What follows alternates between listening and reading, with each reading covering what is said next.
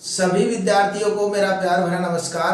तो देखिए बालकों, अब हमारा नया सत्र प्रारंभ हो चुका है और इस सत्र के अंतर्गत जो हमारी पाठ्य पुस्तक है क्षितिज, उस क्षितिज पुस्तक को हमारे जो राजस्थान माध्यमिक शिक्षा बोर्ड है उसमें भी अभी एनसीईआरटी का पाठ्यक्रम लागू हो गया है और एनसीईआरटी की जो पुस्तक है उसका हम अध्ययन कर ही रहे हैं क्षितिज का।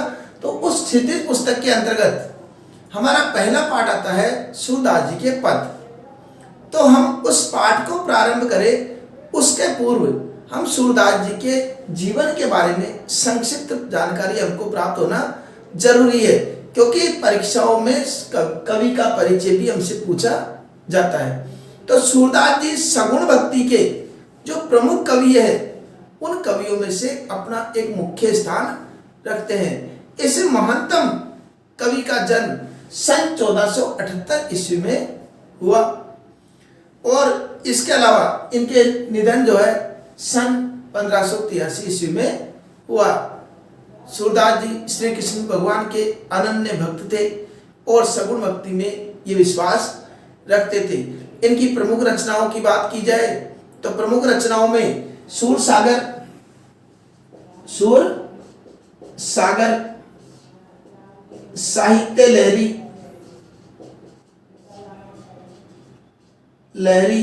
और सूर सारावली ये इनकी प्रमुख रचनाएं मानी जाती है।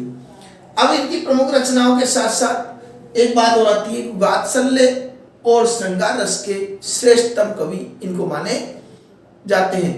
अब यहाँ पर जो पद्यांश हम पढ़ेंगे ये पद्यांश उनकी जो भ्रमर गीत जो रचना है सूर सागर के अंतर्गत आती है भ्रमर गीत।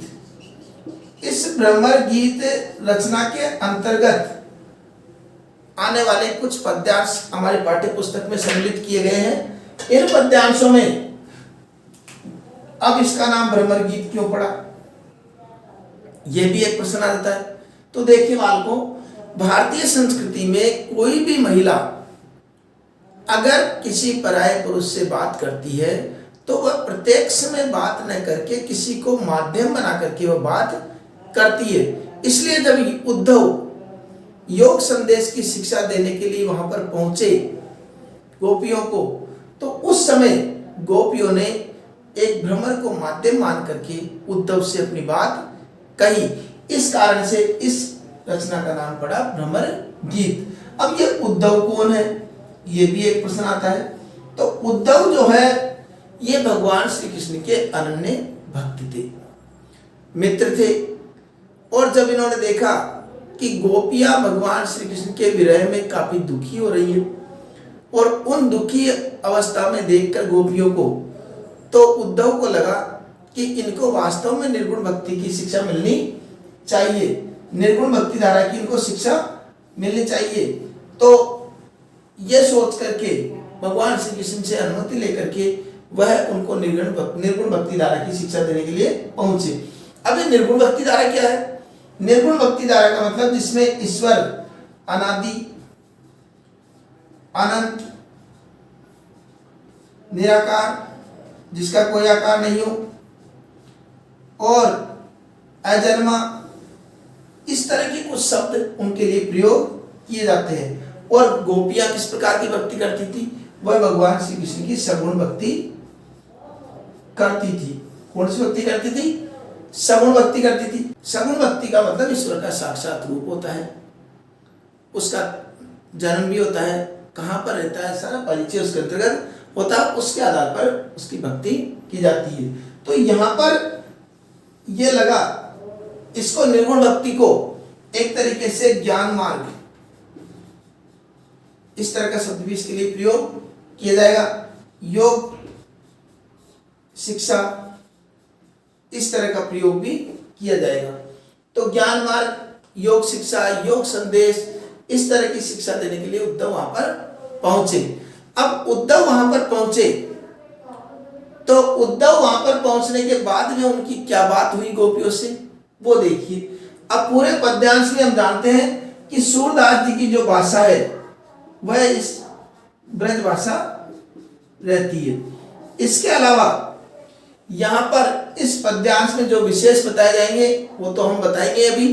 तो पहले इसकी व्याख्या हम प्रारंभ से देख लेते हैं कि व्याख्या क्या हमको करनी है।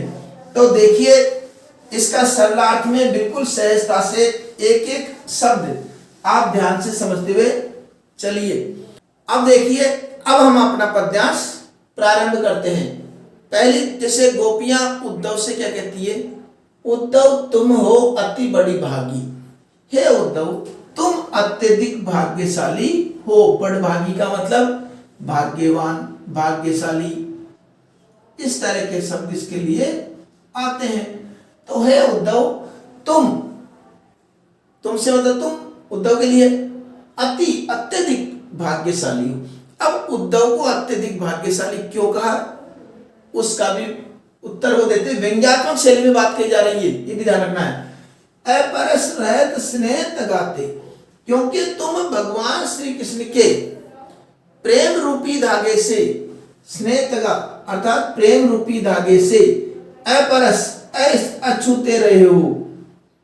अपरस का मतलब अस्पर्श या अछूते, तुम भगवान श्री कृष्ण के प्रेम रूपी धागे से हमेशा अछूते रहे हो। ना ही मन अनुरागी, और न ही तुम्हारे मन में उनके प्रति कोई प्रेम भाव जागृत हुआ है। तो इसमें व्यंग्य क्या है, व्यंग्य यही है कि हे उद्धव, हम भगवान श्री कृष्ण के दर्शन मात्र से ही हमारे मन में उनके प्रति श्रद्धा और प्रेम का भाव उमड़ गया, और हम अपने आप को अपने वश में नहीं रख पाए। और तुम बड़े भाग्यशाली हो कि भगवान श्री कृष्ण के इतना नजदीक रहने के बावजूद भी, इतना समीप रहने के बावजूद भी तुम्हारे हृदय में उनके प्रति प्रेम रूपी धागे से आप अछूते ही रहे हो। प्रेम रूपी धागे से आप अब तक स्पर्श अर्थात अछूते रहे हो, और नहीं तुम्हारे मन में अनुराग जागृत हुआ है, नहीं तुम्हारे मन में प्रेम जागृत हुआ है। जबकि भगवान श्री कृष्ण के तो एक बार कोई पास में चल जाए तो उनके मन में स्वतः ही प्रेम जागृत हो जाता है, लेकिन तुम बड़े भाग्यशाली, तुम्हारे मन में उनके पास में रहने के बावजूद भी प्रेम जागृत नहीं हुआ। तो ये व्यंग्य हो रहा है। अब व्यंग्य, अब यहाँ पर वो स्नेह तगाते, स्नेह रूपी धागे से अर्थात रूपक अलंकार। ये रूपक अलंकार क्या होता है, अधिक जानकारी आपको प्राप्त करनी है तो हमारे अलंकार वाले जो भाग है उसको आप देख सकते हैं। वैसे आई बटन में उनका लिंक दे दूंगा।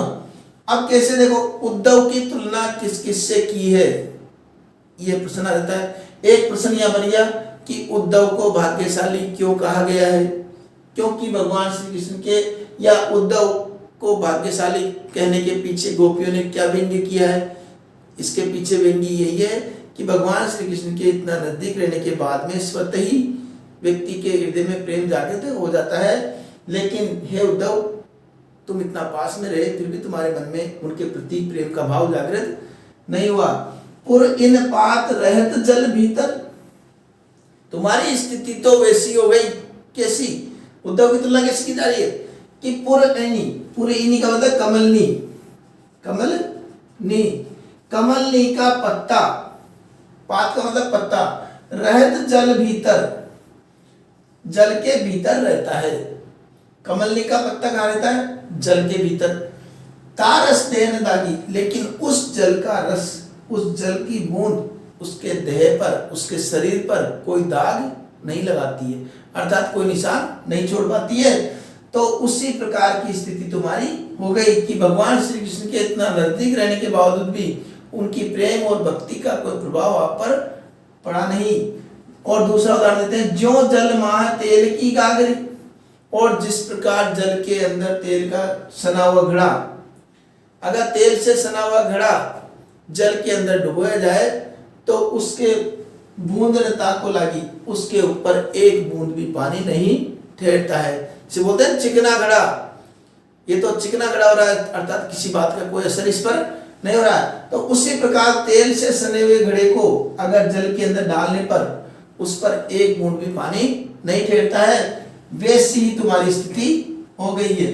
अब यहाँ पर प्रश्न आ जाए कि यहाँ पर उद्धव की तुलना गोपियों ने किससे की है, तो कमलनी के पत्ते से और तेल से सने हुए घड़े से की है।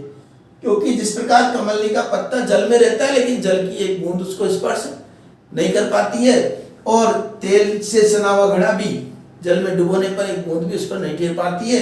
उसी प्रकार श्री कृष्ण के इतना नजदीक रहने के बावजूद भी उनके हृदय में प्रेम का भाव जागृत नहीं हो पाया। यह व्यंग्य इसमें किया गया। प्रीति, अब इसका कारण बताती गोपियां कि प्रीति नदी में पाँव न बोरियो, क्योंकि तुमने प्रेम रूपी नदी में, यहां पर भी रूपक अलंकार हो गया, यहां पर भी रूपक अलंकार, क्योंकि तुमने प्रेम रूपी नदी में पांव डुबोया ही नहीं।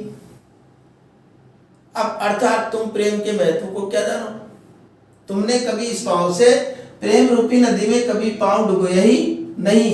दृष्टि न रूप परागी, और न तुम्हारी दृष्टि कभी उनके रूप सौंदर्य पर पड़ी है। रूप परागी, रूप सौंदर्य रूपी पराग पर पड़ी है, अर्थात तुमने कभी प्रेम रूपी नदी में पांव डुबोया ही नहीं है, और न तुम्हारी दृष्टि उनके रूप सौंदर्य पर पड़ी है, इसलिए तुम प्रेम के महत्व को क्या जानो। सूरदास अबला हम भोरी, सूरदास जी के अनुसार, अब यहाँ पर लिखना है सूरदास जी के अनुसार गोपियां कहती है कि हम तो भोली भाली अबला नारी है, हम तो भोली भाली अबला नारी है, गुड़ चाटी जो पागी, और हमारी स्थिति तो वैसी है जिस प्रकार गुड़ को देखकर चींटी अपने आप ही उसकी तरफ आकर्षित हो जाती है, उसी प्रकार हम तो भगवान श्री कृष्ण को देखकर अपने आप ही उनकी तरफ आकर्षित हो जाती है। इसलिए तो यहाँ पर एक बात और है, भगवान श्री कृष्ण के प्रति गोपियों के अनन्य प्रेम को भी प्रकट किया गया है, और इसके साथ साथ उद्धव पर जो व्यंग्य किया है वह भी इसमें प्रकट हुआ है। उद्धव की तुलना किससे की है, यह भी एक प्रश्न बात गया, और एक उद्धव को अत्यधिक भाग्यशाली क्यों कहा है, इसके पीछे क्या व्यंग्य छिपा हुआ है, ये भी एक प्रश्न बनता है। और भी जो प्रश्न बनेंगे वो आपको डिस्क्रिप्शन में मिल जाएंगे, वहां जाकर के भी आप उनको देख सकते हैं। और अच्छा लगे तो लाइक भी कर लेना, और सब्सक्राइब नहीं किया हो तो चैनल को सब्सक्राइब भी कर लेना। अब ये तो रही इसकी व्याख्या, अब इसकी प्रसंग और व्याख्या विशेष किस प्रकार हम लिखे वह भी एक बार जानकारी में दे देता हूं, उसको भी आप ध्यान से समझ लीजिए। अब मान लो हमको सर प्रसंग व्याख्या करने के लिए आ जाए, तो पहले हम लिखेंगे प्रसंग। प्रसंग के अंतर्गत जो उस पंक्ति में जो प्रसंग लिखा है उसको खाली छोड़ना है, और नीचे से चालू कर देना है प्रस्तुत पद्यांश, प्रस्तुत पद्यांश हमारी पाठ्य पुस्तक, पाठ्य पुस्तक का भी नाम लिखेंगे क्षितिज के अंतर्गत। अब यहां चालू कर देंगे सगुण भक्ति धारा के प्रमुख कवि सूरदास जी का नाम लिखेंगे, सूरदास द्वारा रचित सूर सागर के भ्रमर गीत शीर्षक से अवतरित है। ठीक है, ये तो हो गया इसमें प्रसंग। और इसमें जो बताया गया है कि इसमें गोपियों द्वारा उद्धव पर व्यंग्य किया गया है, एक लाइन और लिख देंगे, इसमें गोपियों द्वारा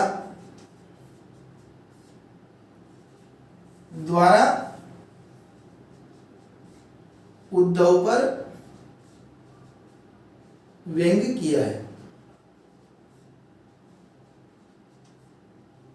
ठीक है, अब हम व्याख्या भी जैसे बताई थी उस प्रकार व्याख्या हम लिख देंगे, वो भी हम कार्य कर ही देंगे। अब इसके बाद में जो विशेष का जो महत्वपूर्ण बिंदु आता है उस विशेष को भी हमको बहुत सावधानी से लिखना है। अब विशेष में क्या लिखेंगे हम, सर्वप्रथम ब्रज भाषा का प्रयोग, क्योंकि कवि की भाषा कौन सी है, ब्रज भाषा, ब्रज भाषा का प्रयोग। ठीक है, दूसरा विशेष नंबर डाल के आपको लिखना है हमने बार बार बताया था कि व्यंग्यात्मक शैली इसमें आई है। व्यंग्यात्मक शैली। तीसरे नंबर पर हम लिख सकते हैं अलंकार बताया था, रूपक अलंकार। अलंकार के भाग आप अवश्य देखना, वो भी हमारी जानकारी के लिए होना जरूरी है। अलंकार हो गया, शैली हो गई, और इसके साथ साथ भाषा भी हमारी हो गई। और आपने देखा होगा स्नेह, ये जो स्नेह शब्द लिखा है वास्तव में लिखते ऐसे है, तो फिर ये क्या है? ये है तद्भव रूप, वास्तविक रूप ये है, इसको बोलेंगे तत्सम। तो तत्सम तद्भव आ गया, तो इसका मतलब तत्सम तद्भव शब्दावली का प्रयोग हुआ है। तत्सम तद्भव शब्दावली का प्रयोग, ठीक है, ये भी एक विशेष हो जाता है। और इसमें उद्धव द्वारा जो गोपियों द्वारा जो उद्धव पर व्यंग्य किया गया है उसका भी बहुत सुंदर चित्रण इसमें हुआ है, ठीक है। तो इस प्रकार हमको उसकी प्रसंग, व्याख्या और विशेष तीनों हमको लिख देनी है। और आज से हमने इस किताब का प्रारंभ कर दिया है। अब नियमित रूप से आप जुड़े रहिए। व्याकरण का मैंने अध्ययन करा दिया है, उनको भी आप नियमित रूप से देखते रहे। और भी कोई भी आवश्यकता होगी तो मैं निरंतर आपके लिए अच्छी अच्छी सामग्री प्रेषित करता रहूँगा। तो मिलते हैं अगले भाग में, तब तक के लिए धन्यवाद।